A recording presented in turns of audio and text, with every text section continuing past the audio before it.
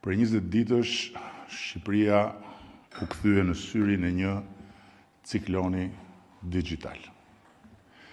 Një vërbull shumë fish më e madhe se sa vetë për masa e vendit tonë, e cila përfshiu bashkëqytetarët tanë, të reja, të rinj, familjar me karroca fëmijësh, patriot digital, punonjës të mirë paguar bankash, komedian të kthyer në kandidat, delirant me qeleshe, intelektual me kapele republike, njerëz nga çdo anë e botës, media sociale dhe tradicionale nga të gjitha kontinentet, organizata vendase dhe të huaja, parti politike në Europë dhe në Shtetet e Bashkuara, aktorë të biznesit të turizmit në rajon dhe aktorë shtetëror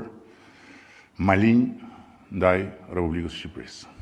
Natyrisht, edhe karavidhet opozitare të vendit tonë. Një grumbullim i hatashëm gjërash që as janë njësoj, as janë bashkë, po mblodhen së bashku. Në një prurje që nxori në bregun e gjithë atij oqeani virtual, deri dhe dhëmb të atyre që e kaluruan këtë parti, sa mundën. Dhe kur anë nga kali, filluan të gjuajnë me këpucët e blera në shopingjet Majkali. Befas Zvërneci u bë kërthiza e botës, ku po vendosej fati i ngrohjes globale. Bulevardi i Tiranës u bë sheshi Tiananmen, ku qindra mira njerëz, sipas vetë senatorit të nderuar Bernie Sanders, ju turrën oligarkisë botërore. Dhe bota shqiptare u njësua me histerinë e kanaleve sociale, duke bashkuar në një armat të vetmet çlirimtare zogjt më elegant të botës, flamingot, me fundin e kazanit digital, bullistët e terrorit online. Shumë këtu brenda me këndvështrimin tim, por e vërteta është se cikloni i këtyre 20 ditëve nuk është interesant për atë që thot mbi qeverisjen e Shqipërisë sot. Është interesant për atë që thot mbi kohën ku kemi hyrë, botën që jetojmë dhe sfidat me të cilat do të përballemi gjithnjëherë më shumë edhe ne, Partia Socialiste e Shqipërisë.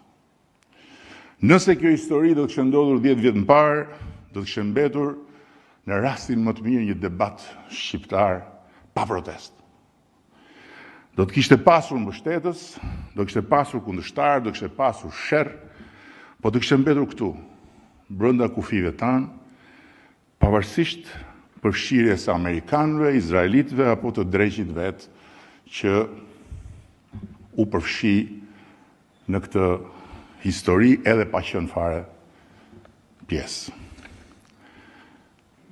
Ndërsa sot, 10 vjet më pas, brenda 48 orësh, degradimi i dhunshëm i një sherri vulgar mes rojeve të sigurisë private dhe i protestuesit marr zvarr në një lokalitet Shqipërisë, u bë zanafilla i një lufte globale online, ku nuk mbeti llogore mediatike e planetit, pa shkrehur municionet përkatëse.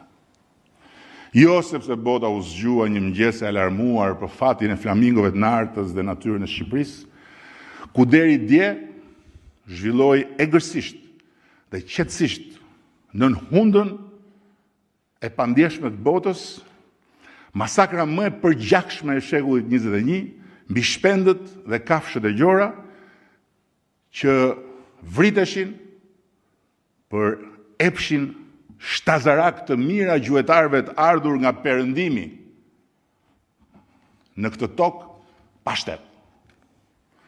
Të ishte për botën, narta mund të kthehej qetësisht 10 vite më parë, kur flamengot nuk shtektonin më drejt lagunës saj, sepse i priste plumbi i kafshëve të dehura me 2 këmbë.